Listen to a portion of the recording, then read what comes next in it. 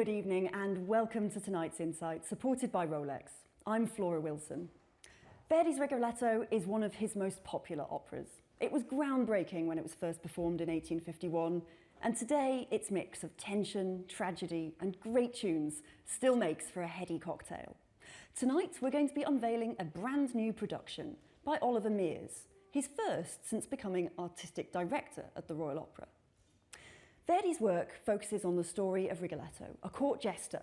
He's desperately fighting to protect his daughter Gilda from the grasp of his employer, the Duke of Mantua. He's a dreadful, dreadful womanizer.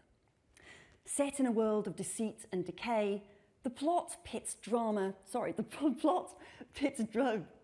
power against innocence, beauty against ugliness. This really is romantic opera at its finest. Well, to kick things off for tonight, let's talk to two members of the cast. We'll be welcoming Lisette Oropesa, the soprano, and baritone Carlos Álvarez.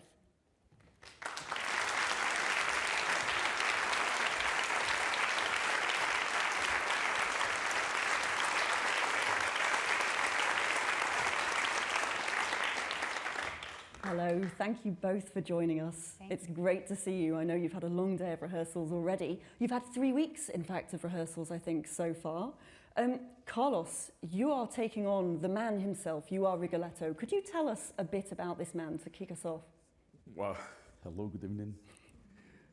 Well, Rigoletto is kind of a poison present for the singer because it's a wonderful role. Very intensive, very demanding role. And may I tell you a story about the first time I was singing Rigoletto? I was asked by Maestro Muti in 1993. I was just 26. And he asked me for being Rigoletto at the new production of La Scala, the opening production of the season, and I had to make a decision while I was here in London singing Corrèbe, Les Troyens, and I thought, no, it's going to be a mistake if I'll be singing that in the next few months. And I wrote a letter down to Maestro Muti, telling him that I wasn't prepared enough, and he was convinced that my voice was right, the just voice for that. But then I thought, okay, I'm not old enough. Fortunately, I didn't suffer a lot during those 26 years of my life. But first of all, I didn't have the experience of parenthood, that it's very important when you are trying to sing Rigoletto, because the relationship between Gilda and Rigoletto is quite intense. It's the most important thing. Then you can imagine how I love this character when I finally decided to sing it for the first time in 2001. And since that time, I've been growing up with Rigoletto as a hub in my soul.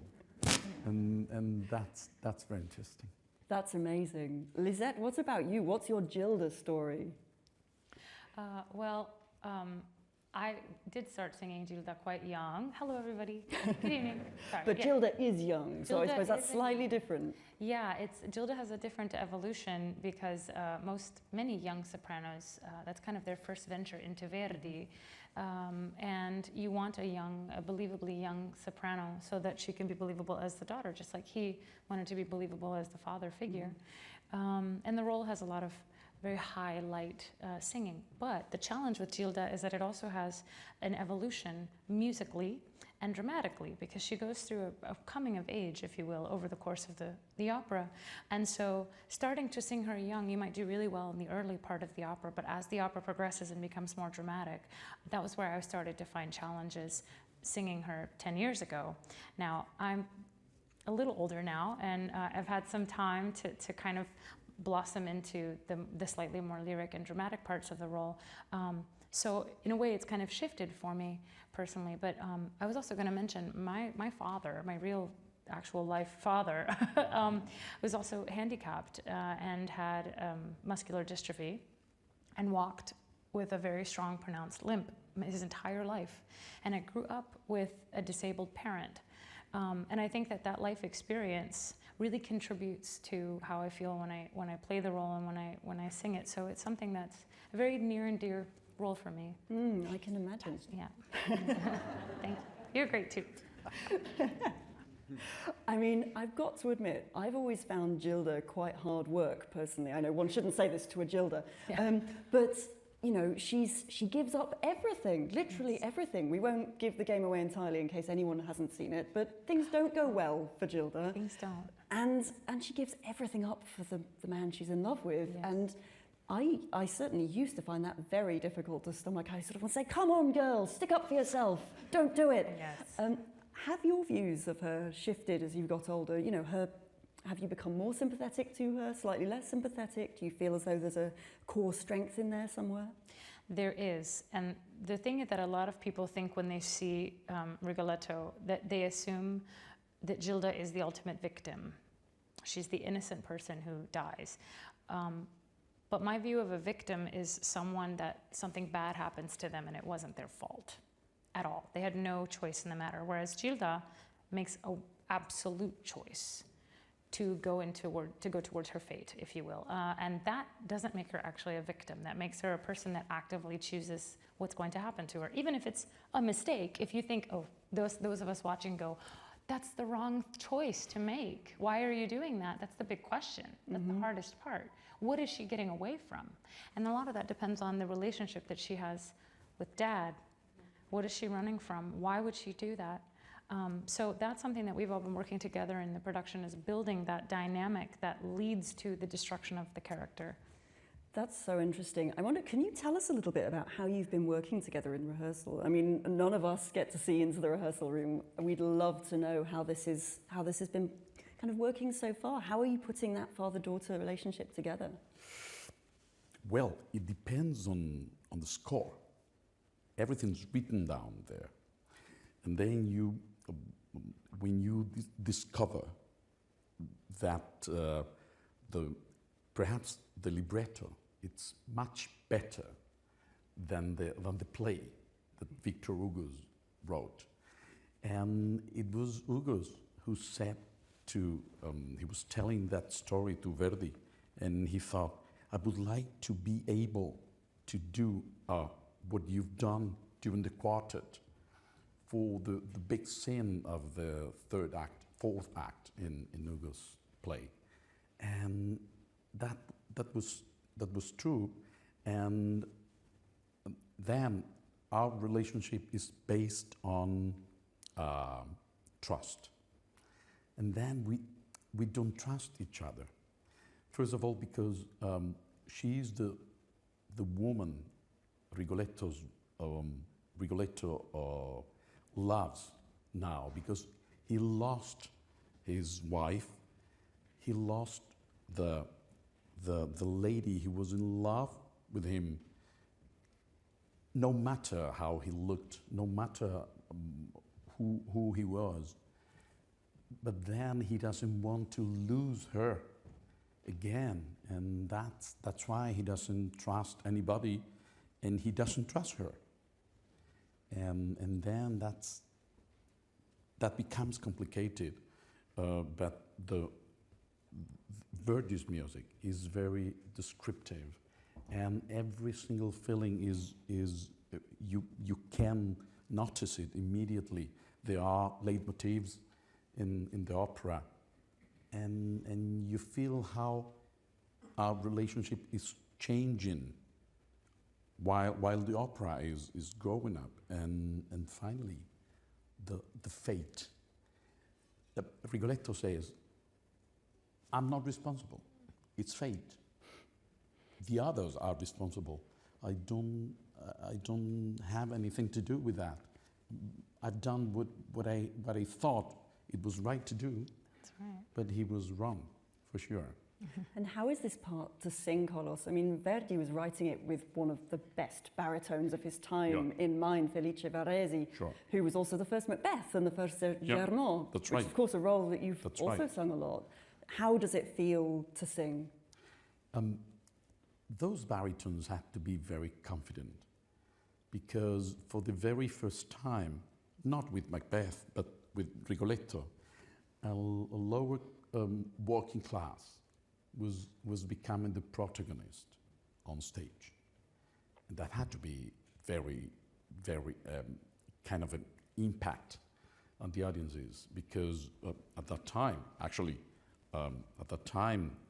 censorship was very strong, and the singers needed to be very strong as well, because otherwise the opera wouldn't go on stage.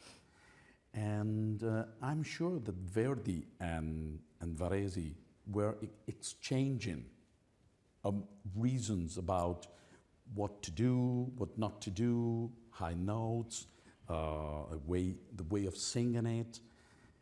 Sometimes on the score it's written down, these parts should be not sung with the normal portamento. But it's a lot, and they have to be very brave, because it's a difficult score, it's a difficult plot, and you cannot get very emotional, otherwise you get lost as a singer. But even though I always weep at the very end of the opera, and it's very hard not to get caught on the thing. Even if you have to be singing one of the most difficult scenes, because somebody is dying. Oh, sorry. Spoiler alert. In your arms, you know, and it's the person you love the most. Lisette, you are that person he loves the most in this particular case, and you've already said something about the way that your voice has changed, and therefore I guess your way of singing this. Yeah. How does it sit in your voice, and how is it working with Antonio Popano on this score?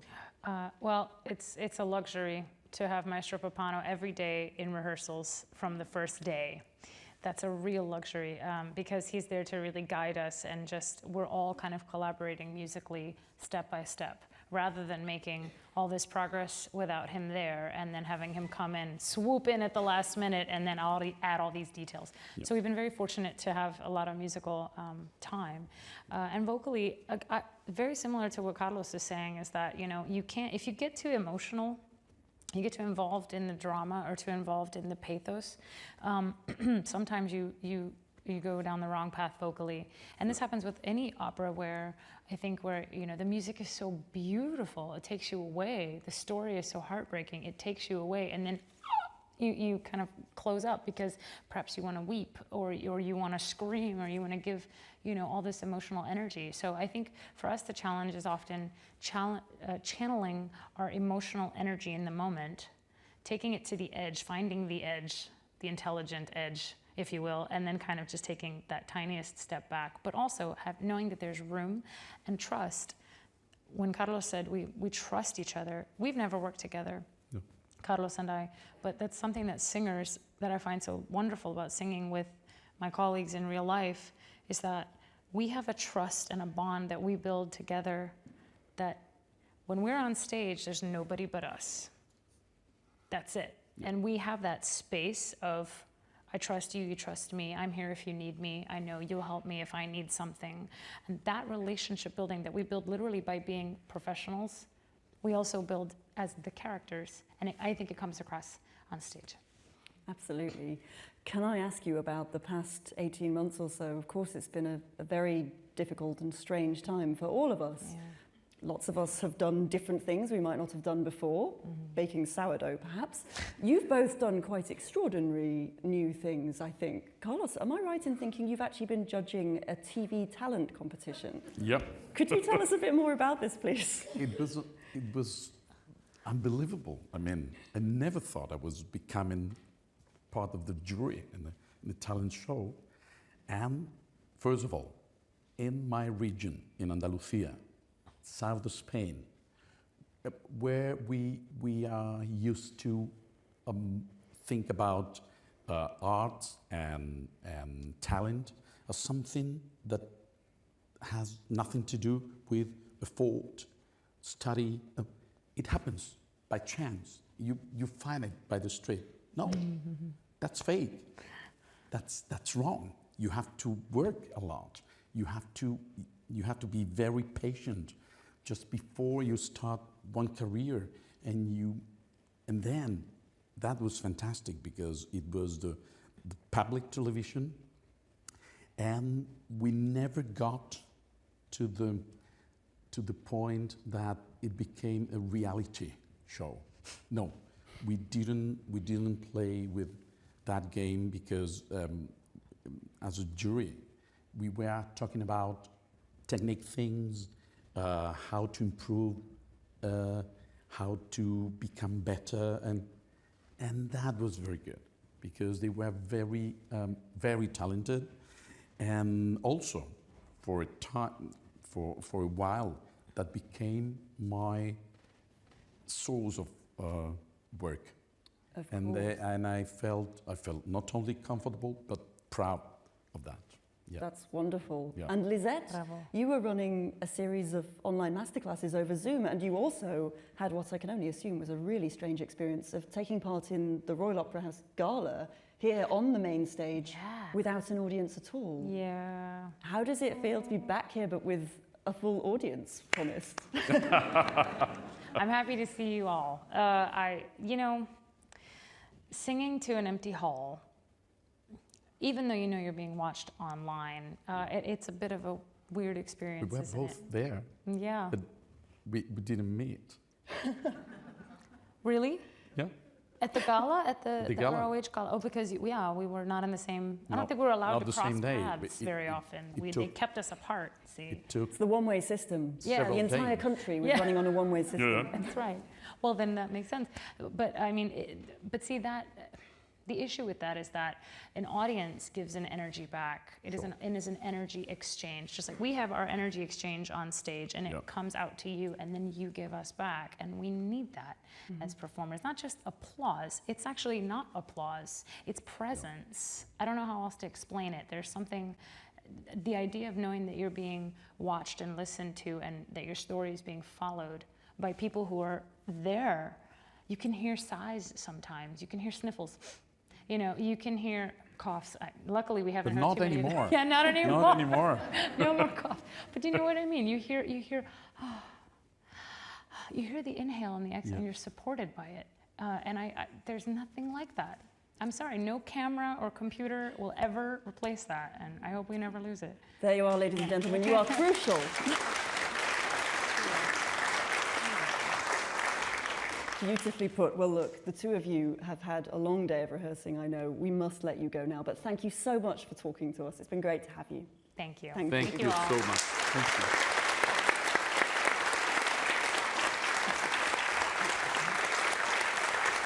Thank you.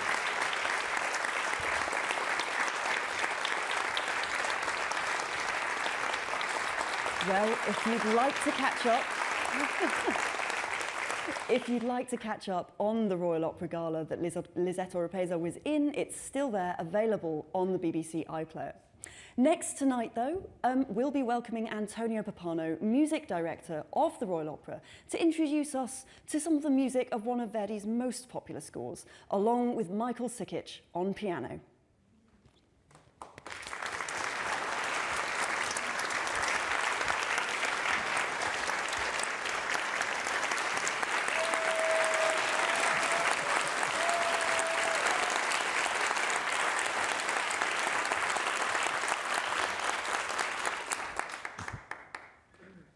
I haven't conducted Rigoletto in 29 years. That's a long time, and I'm so looking forward to it, I can't tell you. These two lovely people you met, the warmth is obvious, and the rest of the team. are just as fabulous, the members of that team, and so I'm very excited about the whole project. The production is very strong and very clear and very honest, and I think those are the ingredients that you need for the music of Giuseppe Verdi. I want to start tonight by reading to you Verdi's own words. Let me give you the context. So, 1849, Luisa Miller for Naples. 1850, Stifelio for Trieste. And now, before even the premiere of Stifelio, he signs a contract with the Teatro La Fenice in Venice to do an opera. No title, no specific subject, and this was already from the start a very fraught experience, the choosing of the subject, and of course a subject that would be theatrically interesting and could get by the censors. The Austrian police that were running these things in northern Italy at the time were sticklers and drove Verdi absolutely crazy during the whole process. But listen to his enthusiasm. So this is 1850, 1851. Between 1851 and 1853, Verdi will compose Rigoletto for Venice, Il Trovatore for Rome, and La Traviata for Venice again. And these three are, well, I don't have to tell you that they're perhaps the most popular of his operas. And there are several reasons why, but let me talk about Rigoletto specifically. First of all, his enthusiasm. Probably we shan't find anything better than Gusmano il Buono. No, you never heard of that opera because it never was done. Although I have in mind a subject that would be one of the greatest creations of the modern theatre if the police would only allow it. Who knows? They allowed Hernani. They might even allow us to do this, and at least there are no conspiracies in it. He's writing to Francesco Maria Piave, his librettist who worked with him on Hernani, Il Corsaro, Macbeth, I Due Foscari. Have a try. The subject is grand, immense. And there's a character in it who is one of the greatest creations that the theatre of all countries and all times can boast. The subject is Le Roi s'amuse, of Victor Hugo. The king amuses himself. And the character I'm speaking about is Triboulet. And if Varese has been engaged, this is the baritone who was the first Macbeth in the opera. And if Varese has been engaged, there could be nothing better for him or us. As soon as you get this letter, put on your skates, run about the city and find someone of influence to get us permission to do Le Roi s'amuse. Don't go to sleep. Give yourself a good shake. Do it at once. I shall expect you at Busseto, his home, but not now, after they've agreed to the subject. Then he writes, again, oh, Le Roi s'amuse is the greatest subject and perhaps the greatest drama of modern times. Triboulet is a creation worthy of Shakespeare. This is very important. You've probably heard before that Verdi was consumed with the idea of writing a King Lear. And he started and he put it down and he started and he continued and it came to nothing, as you know. But the Shakespearean ideal, and then the idea of the paternal. Remember, Verdi lost a wife and 2 children, and his operas all have some kind of very, very strong paternal link that is usually a linchpin in these stories. Just like Hernani, it's a subject that can't fail. You remember that 6 years ago when Mocenigo suggested to me Hernani, exclaimed, yes, by God, that can't go wrong. Now, going over the various subjects in my mind, Le Roi came on me like a flash of lightning, an inspiration, and I said to myself the same thing. Yes, by God, that one can't go wrong. Well, he had this in mind several years before, but he never got around to it. But finally, dropping this idea of Lear, I think, gave him the impetus to go forward. Now, I've talked to you about the censorship. This is now you probably all know the story of Rigoletto and the hunchback jester that is protecting a daughter that nobody knows anything about, and he works for this libertine duke. Well, 1832 is the premiere of Victor Hugo's play in Paris. Shut down immediately because the king can't be seen to be so licentious and so immoral and so disgusting. So he was shut down. The play was played again. Think of this. The next time it was played was in 1882. That's how scandalous it was considered in Paris. This is very important. So Verdi knows he's playing with fire, but he thinks he can tame this fire and glean from it what he needs to create great opera. He was right.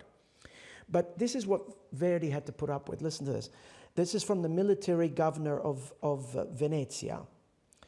He had absolutely forbidden Le Roi s'amuse to be given, with or without amendments. He deplored strongly the fact that the poet Piave and the celebrated Maestro Verdi had not chosen a more suitable field for their talents than in the repulsive immorality and obscene triviality. And the opera that they had in mind at this point, early on, was going to be called The Curse, La Maledizione. Now, La Maledizione, this is a word you hear in every Italian opera, but in this opera, it becomes something obsessional. And this is very, very important, because with Rigoletto's acid tongue, he offends everybody around him. It's almost expected of him. But on the one hand, he offends the Count Ceprano, and Ceprano gets everybody else to agree with him that this guy has insulted all of us. We're going to get our revenge. So there's the word vendetta plays a very, very important part in this score.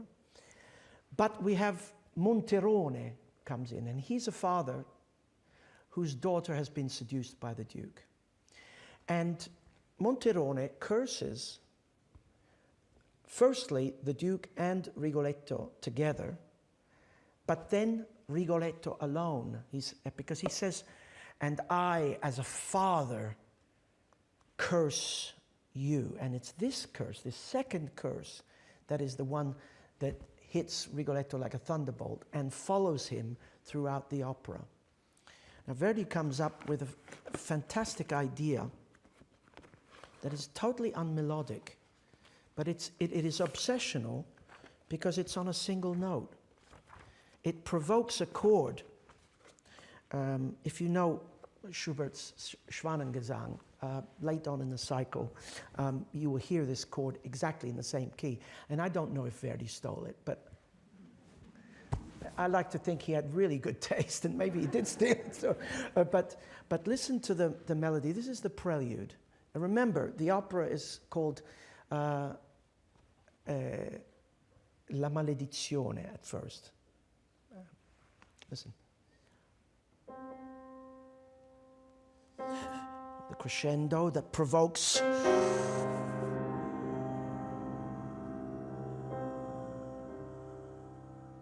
C minor.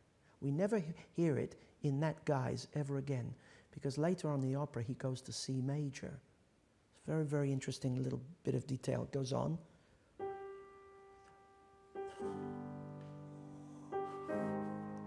It's only the brass and the bassoons.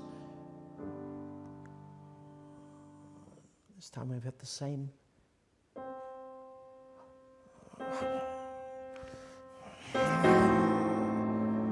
Intensifies, but then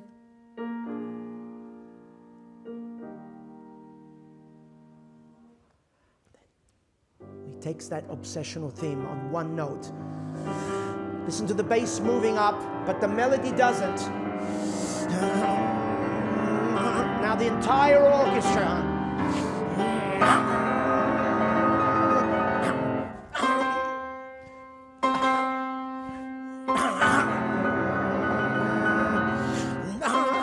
Again, and finally,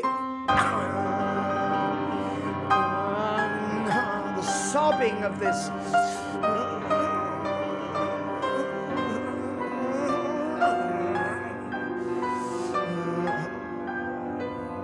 And it winds its way down.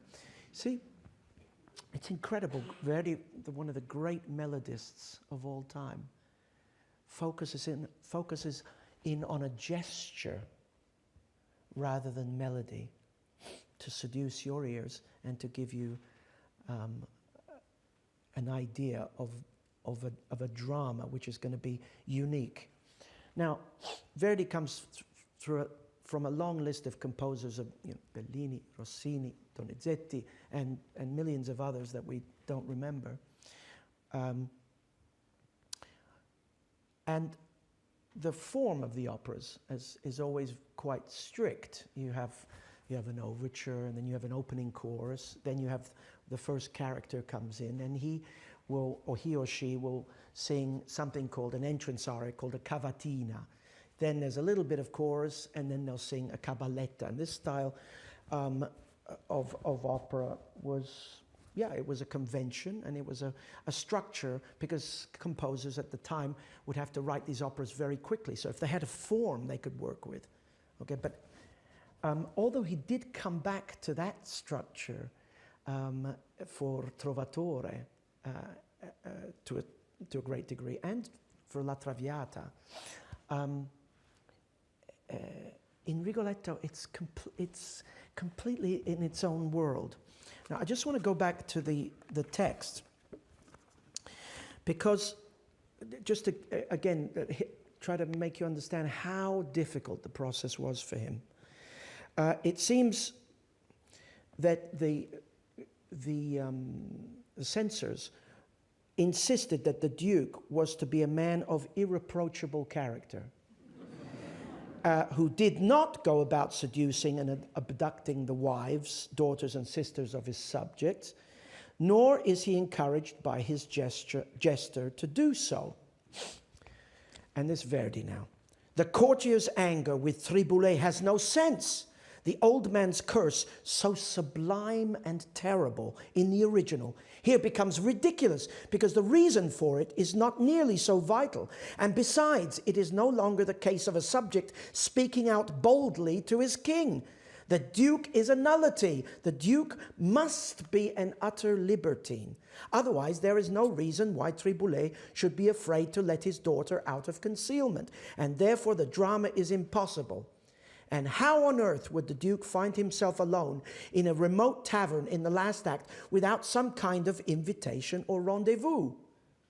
I don't understand, listen to this, I don't understand why the sack has been taken out.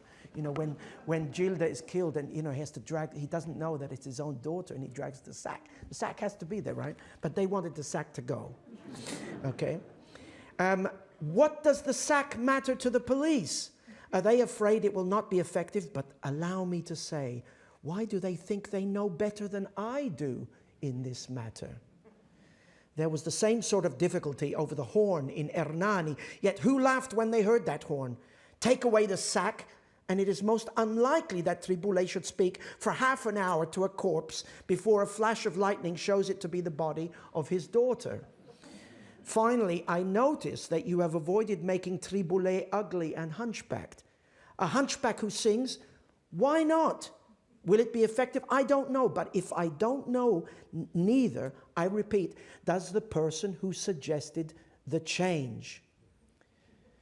To me, there is something really fine in representing on stage this character, outwardly so ugly and ridiculous, inwardly so impassioned and full of love. I chose the subject precisely because of these qualities. And if these original features are removed, I cannot write the music. It's amazing, no? Now, after this prelude, which ends in big C minor, very tragically, sounds like Beethoven, actually. Very stern. You can imagine do-do-do-do following right afterwards. But what we get is a guffaw in the orchestra. Listen to this. One.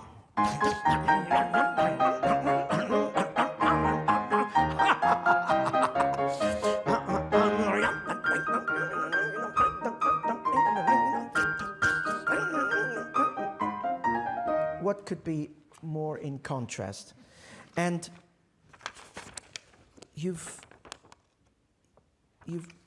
got to understand a couple of things. I mean, Verdi, that music, it's not only band music, and it's played by an offstage orchestra. It's music that tells you of the character of this court, this immorality that lives there, this corruption, this triviality. It's all there in this music. It has a febrile quality. Yes, there's a party going. There's tremendous energy. It's a cocaine, shall we say, filled. But it after something so sober and so disturbing as the prelude, it really shocks. And the other thing you must keep in mind is that Verdi's first opera, Un giorno di regno, was a flop, and he never got over it. And it was a comedy. He comes back, with Falstaff, as you know, as his last opera is a comedy, and of course he has the last laugh.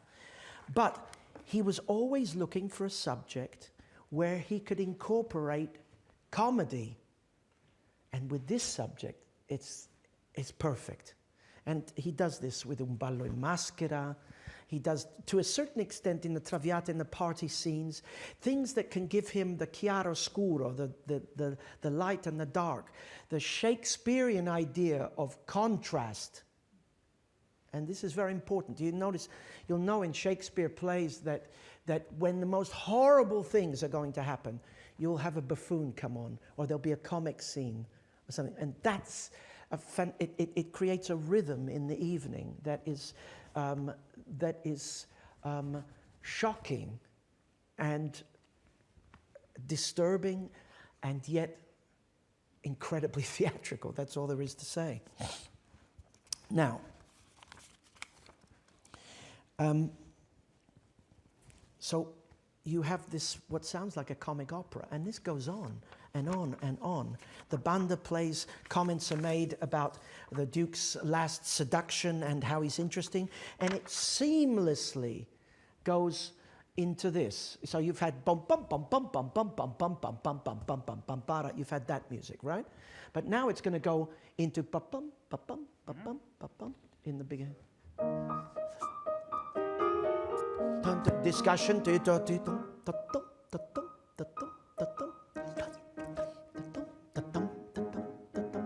Questo quella per me pari sono a quanta. Now you didn't come here to hear me sing, but that aria is questo quella per me pari. They're all the same. This one, that one, and he's talking about women, and he's incredibly misogynistic and disgusting, but he sings with elegance.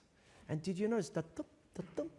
And from the beginning, the guffawing music, and there's a dance element that's very, very important.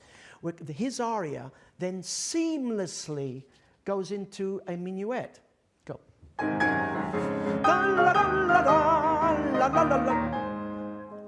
Now, this is a string orchestra. And over this very, very elegant music, he will seduce the Countess Soprano. What does it make you think of? This is a little minuet. Well, you think of dum dum dum dum dum dum dum dum dum dum dum dum dum da da da da Don Giovanni. Exactly. And you remember at the party in Don Giovanni how you have the 3 orchestras, and well, you have so many things going on, the orchestra and different. Well, Verdi was trying to create this because he's going to join all those forces, the big banda, the small banda, and the orchestra in the pit, and to create this kaleidoscopic feel where you don't know really where the music is coming from. Fascinating. That little minuet will morph into Rigoletto's entrance. And very interesting. You know, I started tonight's discussion with him with the fate. The curse. Fate, curse. It's all in opera. But he starts on one note, and Rigoletto does, and he says, "What do you have in your head, Count Ceprano?" And it comes out of the minuet. In testa che avete, signor di Ceprano.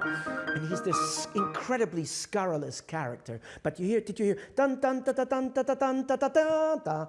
Funny that he will be cursed very, very soon, and that repeated note will come back to haunt him. We have another dance in the first scene. Again, think of the comic opera.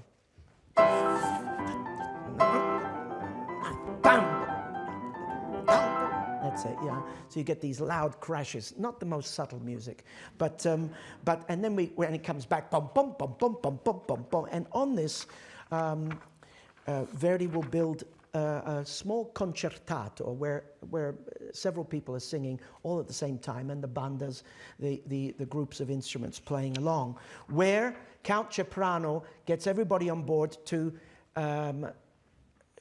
for vengeance on Rigoletto. We got to get this guy. Okay? Extraordinary. Then the scene is interrupted by somebody called Monterone, as I said, this father whose daughter's been seduced by the Duke, and he says, "I want to speak," and everybody reacts to him. Monterone, Monterone. He says, "Yes, Monterone. My voice is like thunder, and I will shake you all." And Rigoletto says, "Let me speak to him." Ch'io gli parli.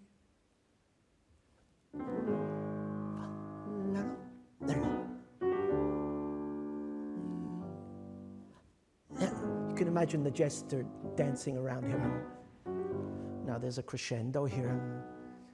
Ta-dam, ta-dam, ta-dam. It builds as if there's going to be a big aria, and instead he says, "Voi congiuraste contro noi, signore."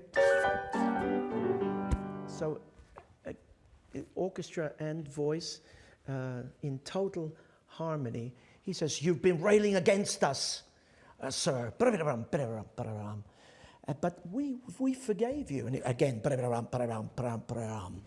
why are you being so delirious? Qual vi piglior delirio at this time of night? His voice shakes there. Di vostra figlia. Have you come to claim your daughter's honor?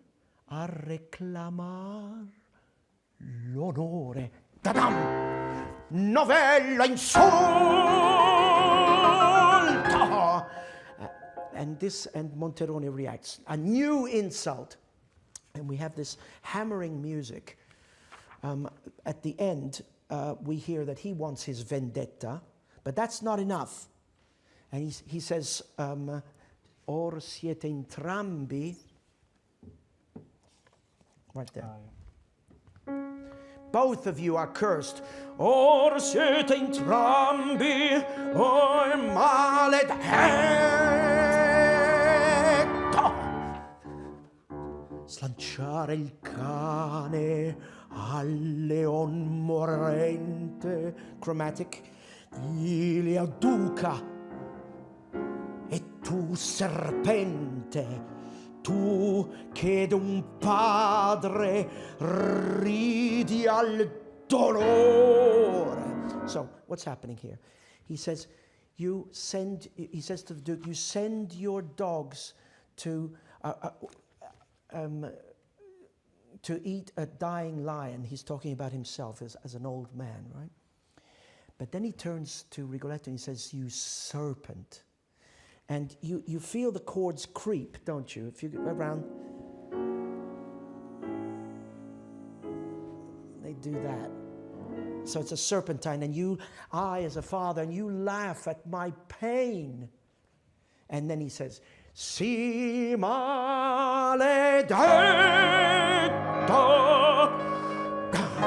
What do I hear? So that's that curse that gets Rigoletto. He says, horrore, horror.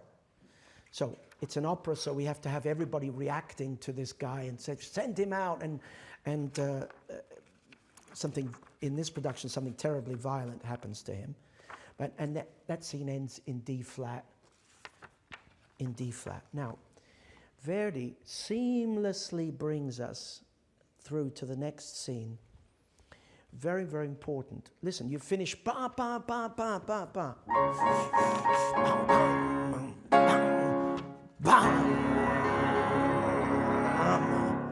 So Rigoletto is walking home now, and he's obsessed by this curse, and you hear them in this music. See that? So D flat becomes this. Da-da-dum, da-da-dum. So he's twitch, the music twitches and gains in intensity with each iteration. Repeats. Can you imagine having this weight on his shoulders? Finally,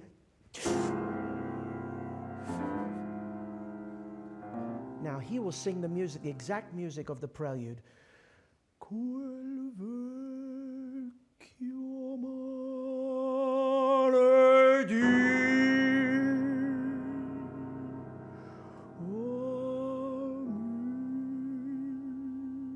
the great baritone will be able to sing that in one breath. I have to take a breath in the middle. The old man cursed me. And this will come up several times in the opera. Sometimes changed slightly rhythmically, but basically with that chord that is provoked by these repeated notes. There's something that's just hitting his head, you know, just that won't let him go. The most unusual meeting now takes place. All of a sudden, a character called Sparafucile appears, an assassin, and he has noticed that Rigoletto has a female figure staying in his place. And he doesn't exactly know what's going on, but he says, "If you have a rival or anything, I'm your man. I can take care of things. He doesn't call himself a killer, actually. He kind of has a certain pride in his work. He's an elegant stabber. And when, in fact, he gets offended when Verdi calls him a ladro, a criminal, you know. A very interesting scene because of its orchestration. You got to know that Verdi started orchestrating this thing just a few weeks before, like 3 weeks, 2 weeks before the premiere. The premiere took place on March 11th. He gave the music to his singers on February 7th, and not all of it. And when he was there for the rehearsals, he's orchestrating. So while they were doing the piano rehearsals and getting everybody's learning the music on their feet. And, you know, so this is how quick the process is and how you can imagine the stress. You know, it's been incredible. But he comes up with an idea. A solo cello, a solo double bass, No violins to be seen anywhere. Violas and low woodwinds, a clarinet and bassoon. And we get this very, very strange kind of sort of tread of this music. There's a melody in the major key with these little stresses, little threats. Goes to the minor. Signor, go. I don't have anything. So Sparafocile introduces himself, and the Rigoletto is, well, he's paranoid, because I told you he's got this obsession going on in his head. And this duet is fascinating because it's all painted in the darkest colors, and a bass and a baritone. The Verdi's music is starting to favor the darker voices, although we have the most famous tenor role in all of opera in this opera, yes, and the soprano too. But you see how he's concentrated, that the main character is the baritone, okay? This duet is just incredible how it suggests and is so dangerous, and that, you know, that you would hire an assassin, and how do you do it? And Sparafocile says, I have a sister and she helps, and we lure men, and we kill them for money, and I get prezzo maggior, I'm expensive too, he says. He even names himself, and listen to the harmonies here. This is very important. Yeah.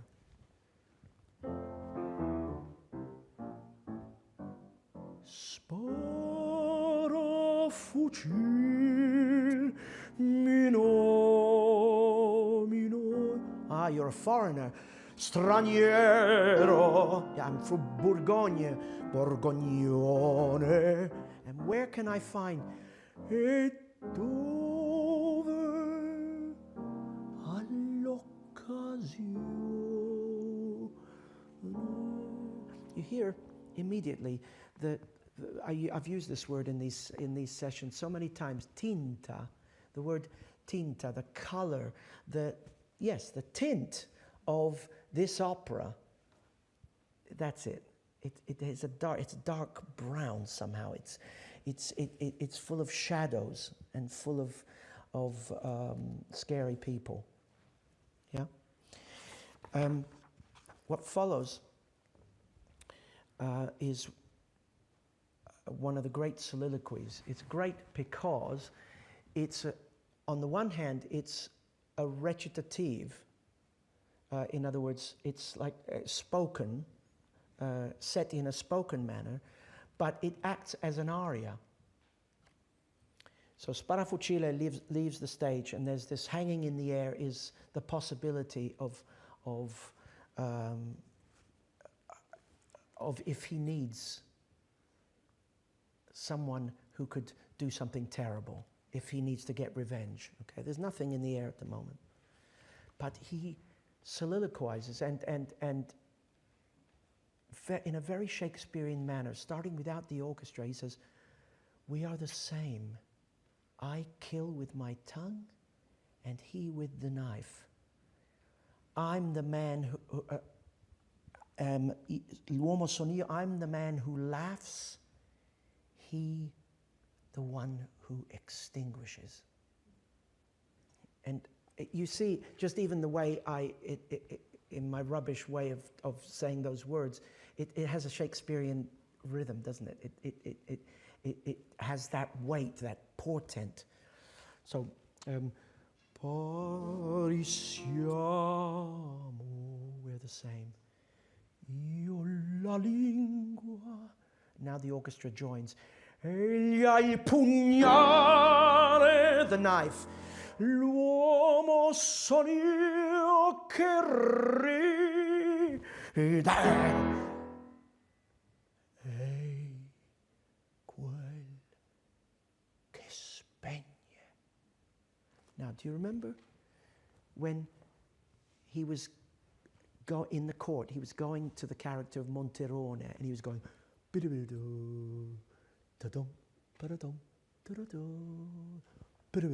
know, just walking around him, you know.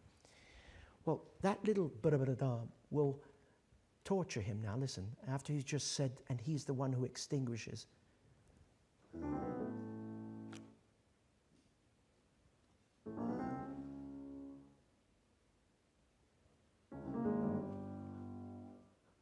Full of paranoia, no? And it comes back. That old man cursed me. Quel vecchio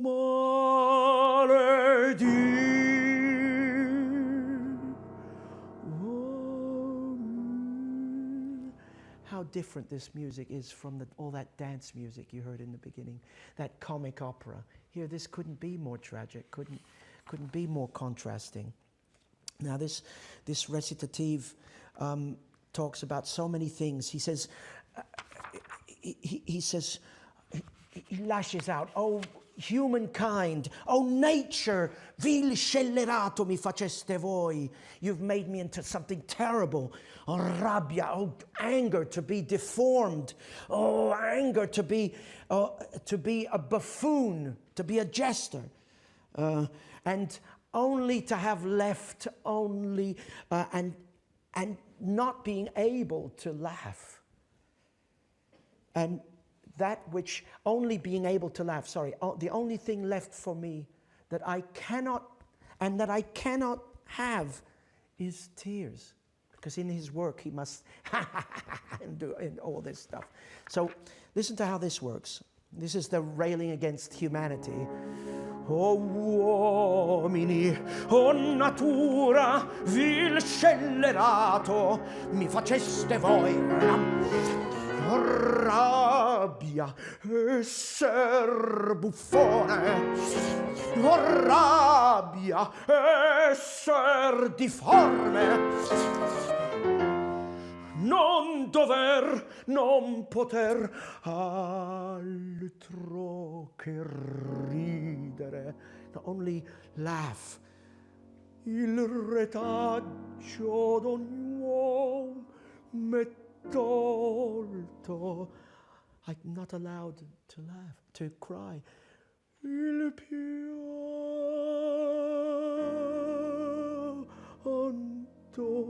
Now he thinks about the Duke.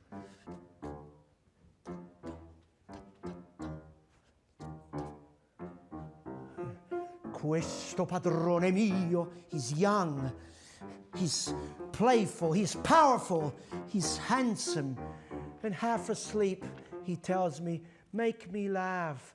Faccio rido, buffone. And I have to force myself, forzarmi deggio e farlo. And he says, oh, damnation, dannazione. And he rails against the courtesans who say terrible things back to him. And he says, how I would like to bite you all. Quanto in mordervi. It's a wonderful word, listen to mordervi, or gioia. You're the reason I am the way I am. If I'm evil, it's because of you. And the orchestra, bang, bang, bang, bang, bang. Suddenly, he thinks of his daughter, the little flute.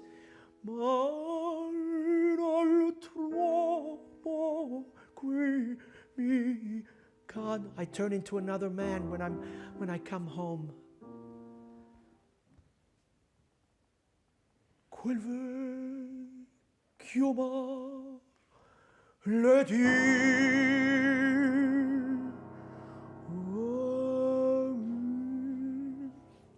it's just, there's nothing better than this. The thing is, you see, the level of actor that the singer needs to be in this. This is on a whole different, this is up there with Iago and Macbeth And you can't just have a singer. And in fact, the first baritone, Varesi, was not the greatest singer in the world, but Verdi didn't care. That he got him for the part was so important because he knew he was the best actor and that he could pull it off. I feel sorry for the guy because this is one of the most difficult singing roles there is, let alone the acting part of it. And I mean, it's just tremendous. But you see how going from light to dark, it somehow just works seamlessly. And the whole opera, I mean, I could stay here all night and talk about this, but this is, I have to cut this short, obviously, because we don't have time. But in 1941, a manuscript was published of Verdi's sketches for this opera. And it's very interesting because it basically had, the entire opera was organized from the beginning. Just perfect and already in its embryonic stage. And this is important when you listen to the opera because you'll notice that there's one hit after another. It's just like the next number, oh yeah, I know that, and then, oh, I know that, but also structurally it works so well. But to give you an idea of how much work it does take, and of course Beethoven is the model here, listen to the original version of this tune. Go.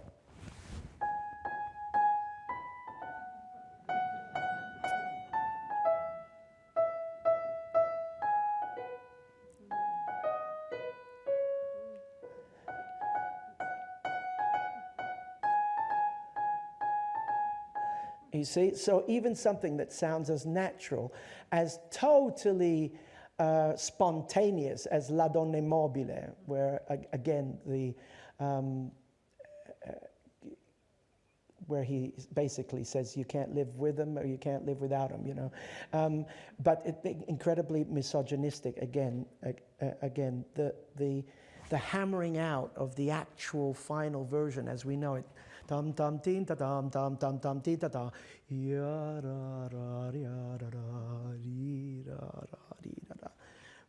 That takes work. It's not only genius but work. Before I finish, I will just talk about Gilda. Gilda, the daughter. Verdi reserved some of his most beautiful woodwind writing for Gilda's aria, and she only has one that you could really call an aria. And it's justly famous. She has secretly been seeing this young man at every feast day at church. And she, in a long duet with her dad, after the scene I just sang for you, we see her restless, teenagery self dying to get out of the house. And he's very incredibly tough with her, and she can't get out of the house, only to go to church on Sundays. And that's it, because he knows the environment in which they live, you know. But she does meet this young man, and has this beautiful and very romantic duet. This is the Duke, this young man, actually, in disguise. He says he's a student, and his name is Walter Gualtier Malde, and by the way, he's poor. He's overheard that she doesn't like them rich or famous. She likes them. If he was poor, that would suit me down to the ground. He overhears this when he stumbles upon the Rigoletto and Gilda together in the duet, and he hears this, and so he plays the part of the poor student. She becomes totally enamored now that she's gotten to know him, and we hear these. If they say goodbye to each other in a sort of a frenzied goodbye, a very, very young, teenagery goodbye, but it ends, frenetically. Go. Bang! And mind. You know what I said? I said about the first scene going into that obsessive scene. Listen to this change from that going to this. Same key, D flat major going to D flat minor. But minor, she's happy. But listen how Verdi transforms this. Flute, clarinets and bassoon. Ah, my Walter, quality.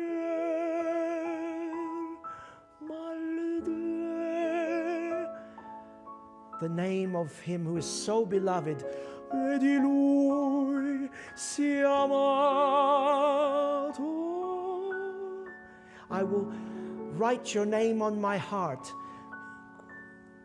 on my beloved heart. Innamorato. And now she sings an aria that is dreaming about his name, caro nome, dear name. And as if psychologically she feels them together, hand in hand. We have two flutes here playing this melody.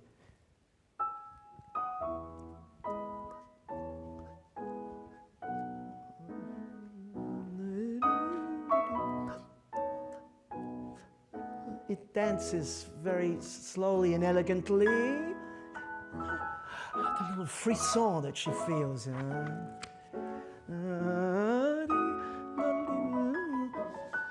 Now, what's very unusual when she sings, she doesn't sing this. Caro nome che il mio cor. No. Caro nome che il mio cor. Festi primo palpi. She's completely gone, you know. She says that makes her heart palpitate, and she's totally in love. And that's why Verdi breaks up these phrases so simply but so tellingly. Okay, this aria goes on, and we hear sighing, and we hear the orchestra taking the place of the voice, and she singing little arabesques over it. So it's like little theme and variations, actually, with little cadenzas, little show-off passages, although Verdi never meant it to be a showpiece. He even, in fact, even said in one of his letters that it's actually easy to sing. But it shouldn't be like a fireworks kind of aria. The high stuff should sound extremely natural. If you play from Rehearsal 63, yeah. Listen, so you've heard dum da dum dum dum dum dum. Now listen. So play the melody so we can hear the variations.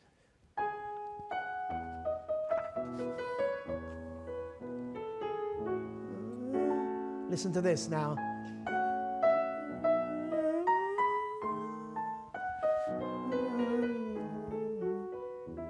And of course, the model for that would have been Bellini. Or, let me say it, Chopin, of course. That kind of florid writing, but that seems so natural and inevitable. And so we have the three characters. We've met Rigoletto, well, we've met four, actually. We've met the assassin, Sparafucile. We've met Rigoletto, who's this tortured being, this Shakespearean figure. We've met the Duke, questo quella per me pari sono a quanta la donna è mobile qual più women are fickle and but we love them anyway. And we meet Gilda, who is so full of this new love. And of course, that is what feeds the curse, because she is so in love that at the end, those of you who I'm sure have seen Rigoletto, she will sacrifice herself for this scoundrel, because he is supposedly going to be assassinated by Sparafucile. The deal was made between Rigoletto and Sparafucile, but no, she goes in his place, and she dresses up as a boy, and she gets killed. And of course, the beautiful You know, she has to sing before she dies, of course, and we have the beautiful last scene. But the colors of this opera are just absolutely magical because they are so true. You can't mistake what the emotions are behind every word. The thing is, what's the challenge for the conductor is, of course, there are not that many notes. As in La Traviata, it's not a symphonic piece per se. It's, I mean, neither is Traviata is what I meant. There are very few notes. Sometimes the accompaniments are pa, pa, you know, something like, or pa, pa. And so tempo is very important. And the work of the conductor is done in the rehearsal room with character and interpretation of how the singers are going to be, going to declaim their lines and how they're going to sing beautifully and sing in tune and sing in time and all that stuff, the usual stuff. But I don't have a tremendous amount of notes to work with. So it all has to be fully characterized. The timing, all of that is the biggest challenge for the conductor. The score has riches on every page, but if I gave you an idea about just those few characters and how the rhythms of their music are so totally different, I think that's enough to give you an idea of the majesty and the greatness of this piece. Thank you very much. Michael, thank you.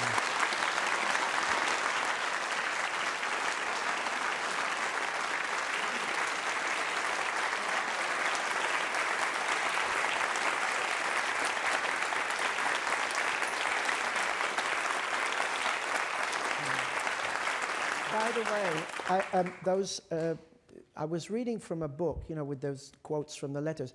It's a 3-volume affair written by a guy named Julian Budden, who's an Englishman who lived in Florence. I met him before he died, but very interesting guy. And the operas of Verdi, and it explains all of them, and their genesis and their compositional history and everything about them. So very interesting. That's a plug for Mr. Julian Budden.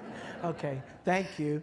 Antonio Popano and Michael Tickett, thank you so much.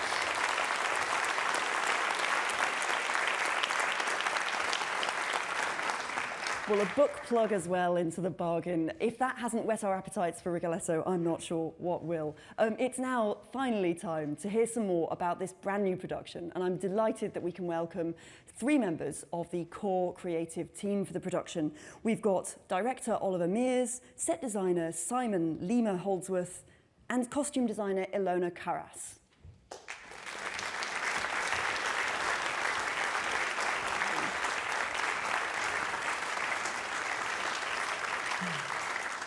Hello, all of you. Thank you so much for taking the time to join us as the rehearsals continue. We're in week 3, I think, already. Oliver, I've got to ask you, you've been here 4 years as director. This is your first new production. Why Rigoletto? Well, it wasn't actually supposed to be my first new production. We were supposed to do one last year, but of course, a few things happened last year, so we weren't able to put that in the diary. But for all of the reasons that we've heard already tonight, especially from Tony, Rigoletto is one of the great masterpieces of the operatic repertoire in the sense that it's got absolutely everything. It's got melodies, it's got drama, it's got fabulous characters, it's got pace. There's not a moment that's extraneous. And for a director, it's an absolute gift of an opera to do because so much of the work is done for you by the composer, and all you have to do is to do justice to the characters and to do justice to the dramatic contrast, which Tony's already talked about. So it's just a tiny job, really. Well, it's... Dare I ask where you started? with the piece, well, I think that I have a theory that, again, as has already been discussed, all of the great opera masterpieces are, in some ways, exorcisms. The reason that the composers wrote them was because of deep personal conflicts or deep personal traumas. And of course, we know that Verdi lost his wife and his 2 children about 10 years before he wrote Rigoletto, and of course it is a drama of paternity. He was also writing just after the failure of the 1848 revolutions, and Verdi was a progressive. He felt very strongly about injustice, and he felt very strongly about liberty. and Italian liberty, and he had a very strong dislike for autocrats and absolute monarchs. And of course, the Duke is in some ways the kind of the epitome of an awful absolute monarch who wields total power. And I think that the strength of Rigoletto in many ways is because of the bitterness that he felt about the failure of those revolutions. And instead he channels his revolutionary spirit into the opera. And you see that in the way in which he, for the first time, foregrounds a working class character in the title role. That had never been done in opera, certainly not in tragic opera before. And the way in which he very much takes sides and creates a world which is the outcome not only of absolute power, but of a world which has been totally corrupted by materialism and where human beings are treated as objects. And I think that that's quite intriguing from the point of view of today, where again there are injustices and inequalities in the world, and to what extent a piece like this can throw a light on those is for me really, really intriguing. And then I think that the other thing which is so powerful about Rigoletto, and which is a direction for interpretation, is again that Shakespearean angle which we've already heard about tonight, and the fact that he did want to write this King Lear but never managed to. There are so many themes in this opera from King Lear. There's the character of the fool, there's the climactic storm, there's the final scene where a father is cradling his daughter. And I think that if one can somehow channel the Shakespearean drive behind the piece, then I think you're getting somewhere. And I think that's informed things like the set design and the way in which it incorporates Shakespearean architecture or the architecture of Greek tragedy, because it is, at essence, it's a Greek tragedy, and that's why it's so unbelievably powerful. Absolutely. Simon, you're the man responsible for the sets. Give us a sense of what this world looks like. What kind of world are we actually in this production? I mean, I suppose I've got to actually create the environs of this kind of repulsive immorality, which Maestro Pappano quoted from the censors, and actually that's quite an elegant world. The Duke is actually is very elegant. He's actually got very good taste, and that sort of somehow makes him more terrifying. I'm sure you'd agree, Ollie. That makes him even more evil somehow, that he's gifted with fabulous wealth, power, and eloquence, and yet he uses it to such evil means. We were very informed, by the way, by the original Duke of Mantua, and he was a very interesting character. He was an extraordinary patron of the arts, and he commissioned paintings by Rubens, amongst many others, and commissioned some of the very first operas. And yet he was also a violent libertine in his personal life. And he had this room in his palace constructed where he hung paintings of all the, in exquisite taste of course, of all the women that he'd slept with. And that was a bit of a starting point, I think, for our interpretation, which I guess you could describe as, people are always asking, well, what period is it set in? It's not a literal period, is it? It's a kind of alternative modern, but informed by those ideas of the Renaissance. And the environment, certainly in Act 1, Scene 1, and Act 2, is the environment of his collection of art, and these Renaissance paintings, which are basically nude women, and his objectification of women. Right, then, that's paralleled in his collection of art, and the scenery, and it provides a backdrop in that sense. Fabulous. I mean, Ilona, just to bring you in here, since costumes, you've been designing costumes for this, how have you fitted costuming into all this? You're having to clothe these people. What are they wearing? Give us some insight. I would say the opera has got so many different characters and so many different settings that the difference between Act 1 and Act 3, it's enormous. So for Act 1, we created costumes for which fall into this beautiful environment, but they are very sort of lavish and opulent costumes, representing the Duke of the high society, almost beyond the reach of ordinary people. And in contrast, we have a world of people at the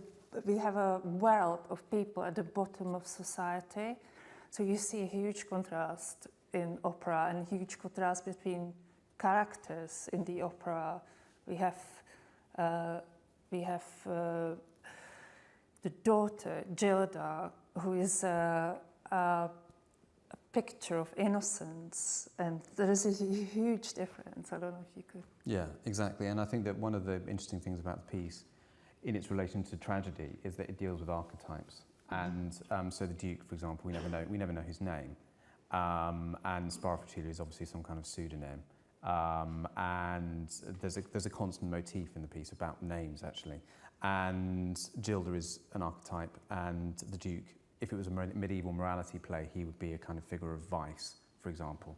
And in terms of how it's costumed, again, it's not, perhaps in the last act, perhaps a little bit, but it's not really naturalistically costumed in that sense. I mean, it's highly stylized, isn't it? Yeah, highly stylized and representative of certain characters in society. Heightened, I guess. Does that mean how are you using different materials? Is that also part of this world, that there's a distinction between the kinds of fabrics these people are wearing? Yeah, totally. We, in Act 1, we've chosen the most elaborate fabrics with beautiful brocade silks and gold, silver, pearls, diamonds, fake diamonds, you name it. And then in contrast again to the underworld at the end, it's quite strong. And actually, I mean, at one, scene one, is in the same way that the Duke collects his fabulous collection of art, they're also wearing these sort of Baroque costumes. They're sort of collecting and considering themselves to be... What we'd like to say, I guess, is that we decided to set it, the Act 1 is a party with a theme, and the theme is haute couture Renaissance. So we've all been to one of those. Yeah. So we've tried to find a language. We didn't want to do fancy dress party, but we wanted to do high fashion with Renaissance accessories or features, parts of the costumes. And also there's a really, I guess, a strong Italian atmosphere to the cut. Yeah. And yeah, you can imagine that. Strong taste, sort of fashion. We try to we're trying to fool the audience a little bit, that we sort of, in the beginning, we don't know where we are, really. What is this period? What's going on? And then I think as it unfolds, people understand it's a party, and it's... And there's also a journey in the piece and in the design as well, from somewhere that is incredibly luxurious and opulent to somewhere that is, I hesitate to use the word, deconstructed and edge of impoverished. Edge of town, yeah. On the peripheral. And both are the kind of the logical outcomes of the power of this man and the way in which he doesn't value human beings as human beings, but as objects or as material possessions. And it's somewhere that gets progressively more and more bleak over the course of the opera, because that mirrors the progress of the opera. And empty, I suppose, like Rigoletto's soul and life is going to become, right? I wonder, Ollie, whether you could tell us a little bit more about how movement's going to figure here. Sadly, Anna Morrissey, the movement director, couldn't join us tonight, but I know you're working closely with her. How's that going to fit into this? Yeah, well, Anna and I have worked for a very long time together, and she brings a kind of specialist eye to moments that might be particularly difficult from the physical point of view. And she's wonderful at directing, for example, especially intimate moments between men and women, which are particularly relevant in this opera, in this production. And she'll also be working very closely with the chorus along with me, because the chorus movement in this is going to be intrinsic to the style of the production. And for those of you who've seen Macbeth, where the witches play such a prominent role in the piece, this is not so long after Macbeth, of course, Rigoletto, and I imagine that the role of the men, because there are no singing female chorus in this, the men are rather similar. I kind of imagine them to be wolves dressed in Prada. But they've got this very kind of hungry, malevolent presence, which is an important motif of the evening, and Anna's going to be working very closely on that. Okay, something to look out for. I wonder whether we could press you for some insight into how rehearsals are going so far. We've had several weeks of them so far. Where are we actually up to in the process?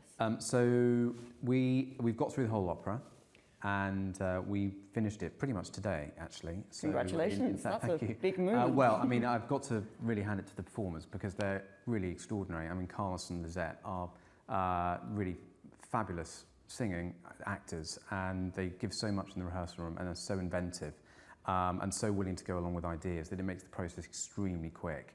and easy and fun and joyous actually. So to work with people like that makes it easy and quick, which is great. So we're in a place now where we're starting to recap and go over material that we've done before and refine it. And then on Wednesday, the chorus join us, and we're working with them for most of the rest of the week, and that's going to be fun too. Amazing, something to look forward to. Simon, what's your role in all this? You've done your bit of designing, but what are you doing now?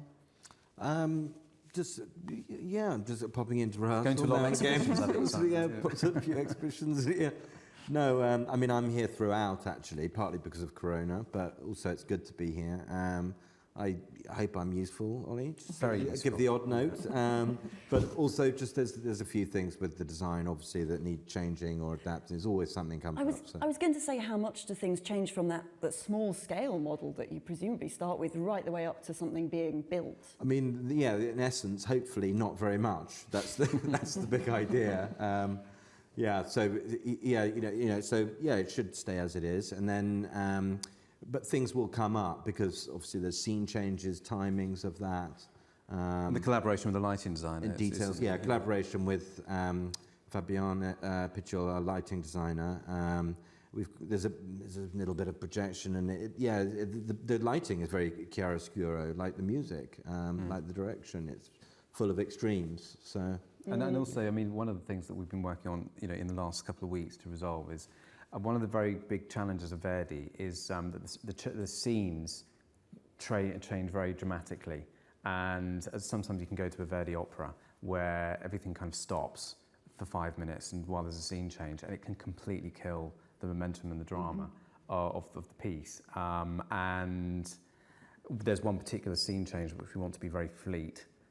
Between Act 1, Scene 1 and Act 1, Scene 2, and that's involved a lot of discussion. It's still not quite resolved because it will need to work it out in the room, but that's one of the things we've been talking about. Absolutely, yeah, so we'll need to work on that. But having said that, it's very perfectly balanced as an opera, isn't it? Don't you feel? It sort of feels like 4 acts. Yeah.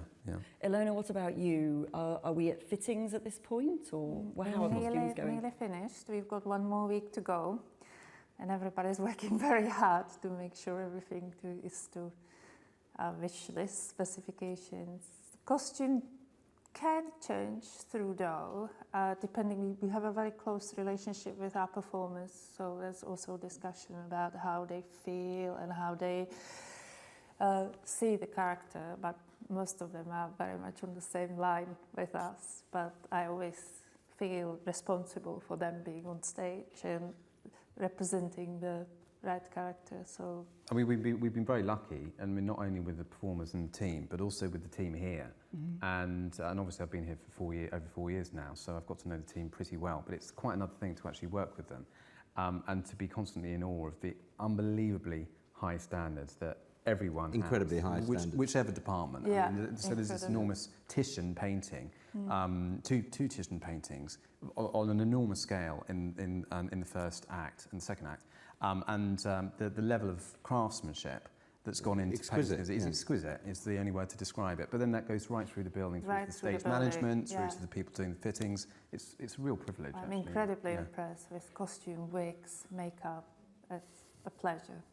Oliver, if I may ask you one final question, how does it actually feel to be getting close to, this is your moment, it's finally come? Well, it's not my moment. I mean, it's everyone who's working on its moment, but it's really fantastically exciting, of course, and to be working with an amazing team and with Tony for the first time, it's really thrilling. But obviously, there's a kind of feeling of small feeling of responsibility as well, because you want to again do justice to the amazing music and to all of the work that's going into it, and to enable the performers to give of their best on stage, because that's ultimately really what directors should be for. But yeah, I'm really looking forward to it. I think it's going to be a lot of fun. Well, toy. Thank you. Unfortunately, that is all we've got time for tonight. But thank you to you three and, of course, to all of my guests this evening. You can, of course, buy tickets to come and see Rigoletto here on the main stage in its entirety at the Royal Opera House from the 13th of September. Do just go online to the Royal Opera House website if you'd like to buy a ticket. Otherwise, thank you to everyone here in the Limbri Theatre for joining us this evening. Thank you to you who've been joining us from home for this insight supported by Rolex. Good night.